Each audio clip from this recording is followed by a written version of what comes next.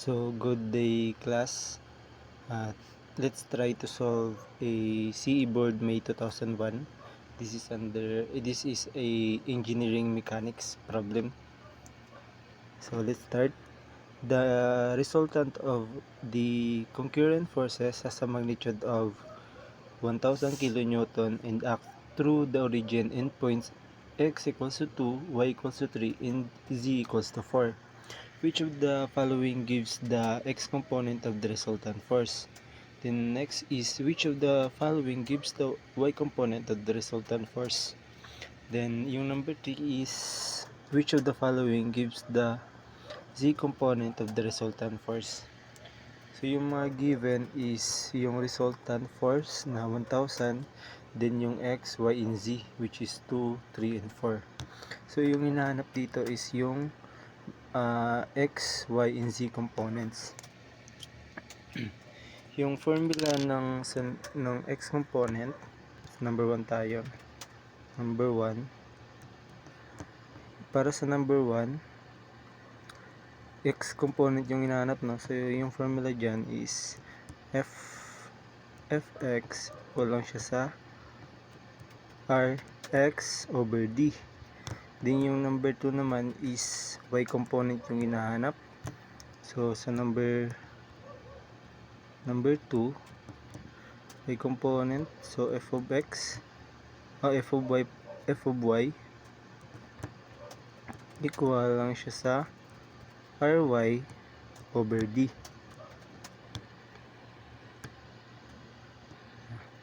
So sa number 3 is yung hinahanap dito is yung z component, which is number 3, no?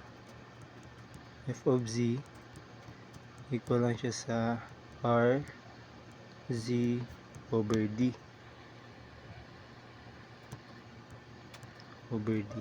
Yan.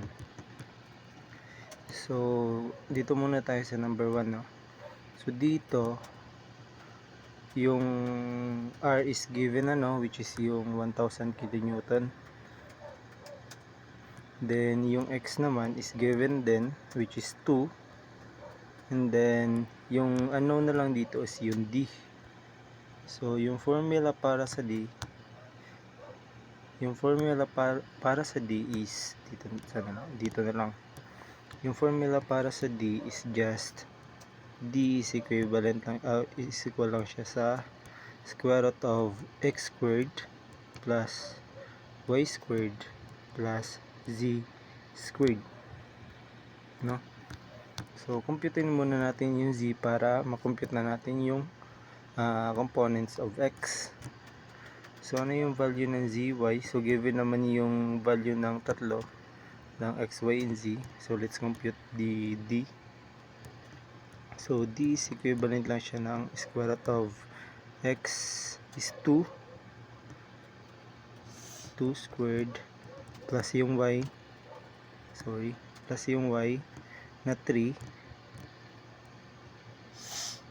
square, din yung z na 4 square.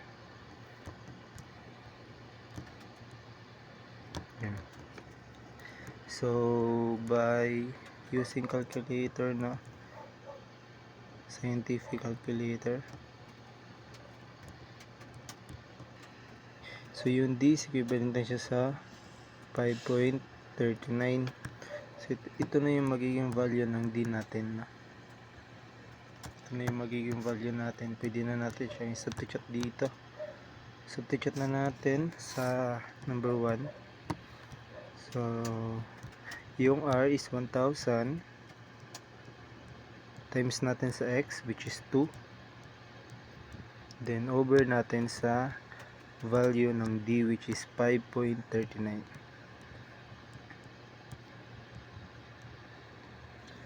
So yung equivalent ito is 371.06 kilonewton.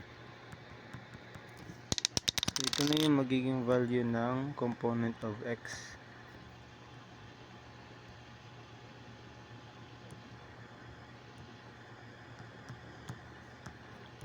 Then yung sa number 2 naman, which is yung y, f of y is just 1,000. Yung r, yung 1,000 times natin sa y, which is 3, times natin sa d nya na 5.39. Equal lang to sa 6.59 kilonewton. Ito na yung magiging answer natin sa pangalawa, which is sa number 2. Next is yung sa number 3. So yung value ng 1,000 pa rin, no? So bali yung magiging value ng r is 1,000 pa rin, times natin sa 1,000 times natin sa z, which is 4, times natin sa 5.39 na value ng d. So ang answer dito is 742.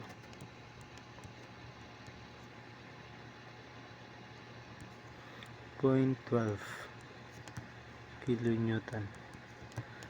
So ganun lang, no? Ganun lang kasimple kunin yung mga ito na yung final answer. So ganun lang kasimple yung kunin yung x, y, and z component. So thank you.